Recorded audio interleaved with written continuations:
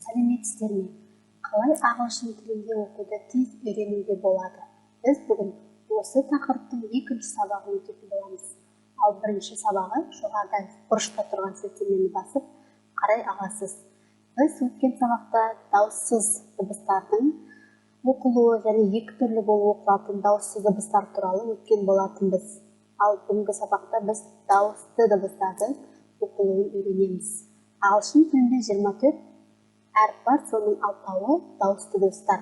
Олар A, E, I, O, U, Y. Y кейде дауысты, кейде дауыссыз болып келеді. Осы 6 әріп 24 дыбысты береді екен. Ол қалай?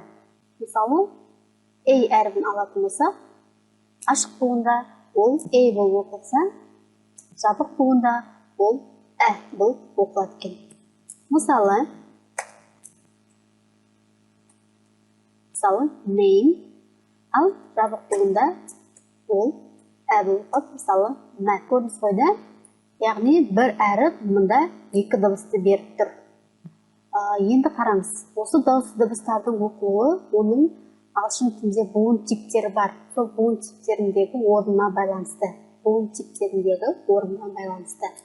Енді бұл тақырып кімдерге арналады? Бұл тақырып мектепте үздік оқушыларға арналады. Өйткені үздік оқушылар барлық сабақтары бесте ағылшын тіліне келгенде ақсаңдап қалады. Не үшін? Олар үй жұмысын орындап келеді ағылшын тілінде, бірақ сабақтың үстінде оқы десе оқи алмайды. Сосын 4-ші сыныптан 5-ші сыныпқа ауысатын оқушылар, үздік оқушылар 4 жыл бойы бір апайда оқып келеді. Жоғары сыныпқа келгенде басқа буынға ауысады. Жоғары сыныпқа келген кезде олар басқа мұғалімдер, жоғары санатты мұғалімдер сабақ береді. Ол кезде олар не істейді? Мектепте білімге қатаң қарайтын, жаңа бағаға сараң мұғалімдер бар. Олар енді оқушыларды жібермейді. Ұстамау үшін оларды 1-ші, 2-ші топтан қарайды. Сосын ата-аналар не істейді? Оқушыларды қосымшаларға береді. Ол қосымшаларда оқуды үйретпейді. Олар неден бастайды? Грамматикадан бастайды, ережені түсіндіреді. Сол ереже бойынша жаттығулар орындайды. Мәтін оқуы мүмкін, бірақ нөлден бастап оқуды үйретпейді. Сол үшін мен бұл тақырыпты сол үздік оқушылардың ата-аналарына қарауға кеңес берер едім.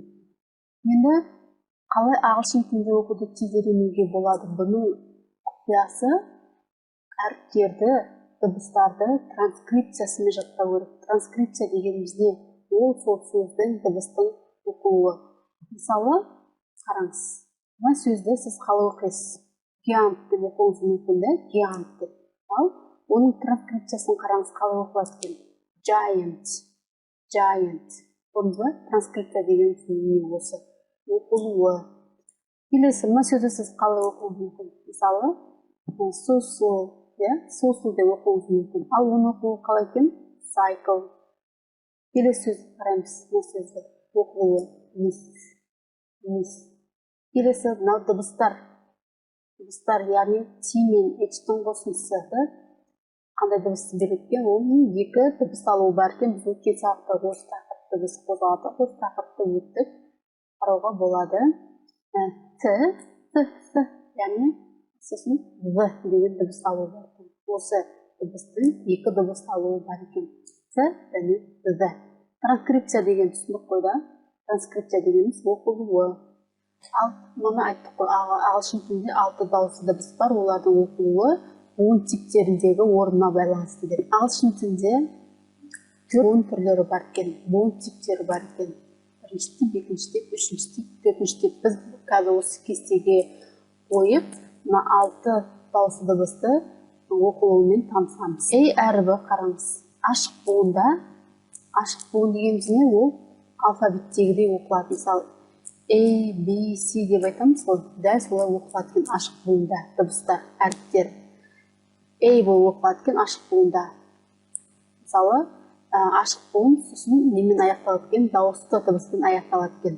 Дауысты дыбыс, 6 дауысты дыбыс бар дедік қой, ағылшын тілінде ашық буын дегеніміз дауысты дыбыспен аяқталады екен. A, name, E әрібі, созылыңқы E болып оқылады екен. Tree. I әрібі I болып оқылады екен, nine. O әрібі O болып оқылады екен, мысалы rose. Келесі U әрібі U болып оқылады, мысалы tune. Y әрібі I болып оқылады екен, мысалы style. Бұл ашық буын. Келесі екінші тип жабық буын дауыссыз дыбыспен аяқталады. Р дыбысын қоспағанда дейді. R дыбысын біз R деп айтамыз, R деп айтпаймыз, R дыбысын қоспағанда. Енді қараңыз, A әрібі жабық буында болып оқылады. Мысалы back. E әрібі жабық буында болып оқылады. Pen. Келесі I әрібі жабық буында болып оқылады. Мысалы tick. O әрібі жабық буында болып оқылады. Мысалы dog. Келесі U әрібі жабық буында A болып оқылады. Мысалы bus. Келесі Y әрібі жабық буында E болып оқылады. Мысалы miss. Көрдіңіз ғой да? Тағы айтайын. Ашық буын дегеніміз сол дауысты дыбыстармен аяқталады, және ол алфавиттегідей оқылады. Ал екінші тип ол жабық буын деп аталады, ол дауыссыз дыбыстармен аяқталады, және Р дыбысын, Р әрібін қоспағанда. А деп айтамыз, түсінікті болу үшін мен Р деп айтатын. Р. Келесі үшінші тип, бұл үшінші типте дауысты дыбыстан кейін R әрібі келу керек екен. Мысалы, әрібін қарайықшы, созылыңқы A болып оқылады екен. Мысалы, star. Жұлдыз деген. Келесі әрібі жабық буында қалай оқылады екен? Қазақша дыбысына келеді. Әрібіне келеді. Мысалы, turn.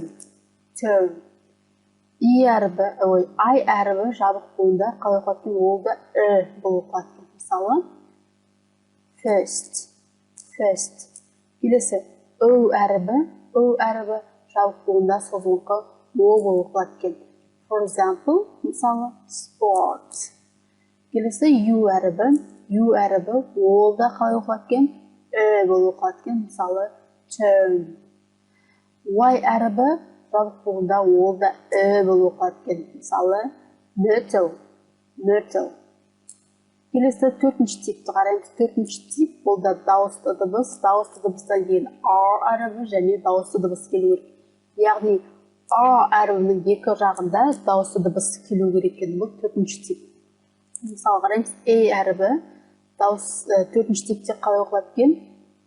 Болып оқылады екен. For example, Kea.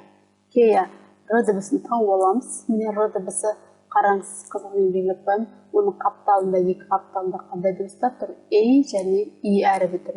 И және И әрібі болып қандай әріптер? Дауысты әріптер. Келесі И әрібі төртінші типте қалай оқылады екен?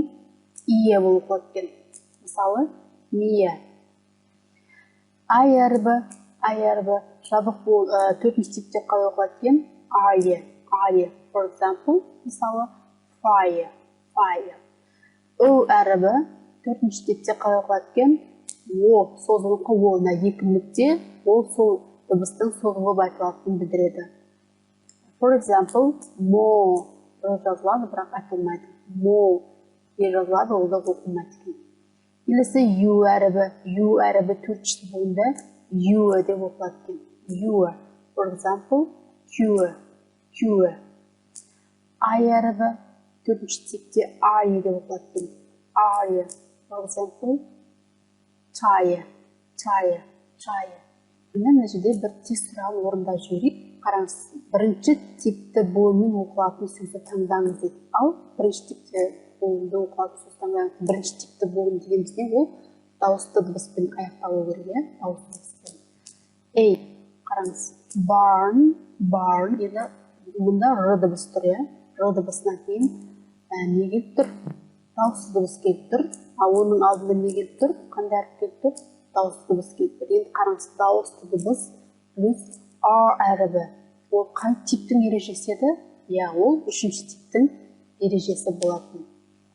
Бұл үшінші тип. Келесі back. back. Қараймыз. Қандай дыбыспен аяқталып тұр? Дауыссыз дыбыспен аяқталып тұр. Сосын оның алдында a әріпі тұр, back. Бұл нешінші тип дауыссыз дыбыспен аяқталса? Бұл әрине екінші тип дауыссыз дыбыспен аяқталу керек екен. Бұл екінші тип бізде. Қызылмен белгілеп қояйын. Келесі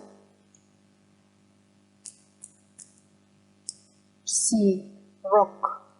Rock, яғни бұл жерде U дауыс дыбысы келіп тұр. Одан кейін не келіп тұр? C және K әріптері келіп тұр. Бұл да дауыссыз дыбыспен аяқталып тұр.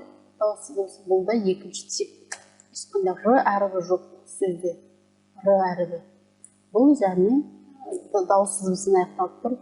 Екінші тип. Бұл да екінші тип. Екінші тип. Қызылмен белгілеп қоямыз. Келесі pue. Сөзге ішінде R әріп тұр. R әрібі және екі жағында дауысты дыбыс келіп тұр. Дауысты дыбыс. Ережені еске түсіреміз. Екі дауысты дыбыстың ортасында R келсе, ол нешінші тип еді? Төртінші тип.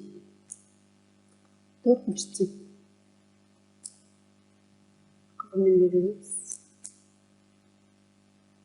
Келесі И вариантында оқимыз. Plain соңғы әріп дауысты дыбыспен аяқталып тұр.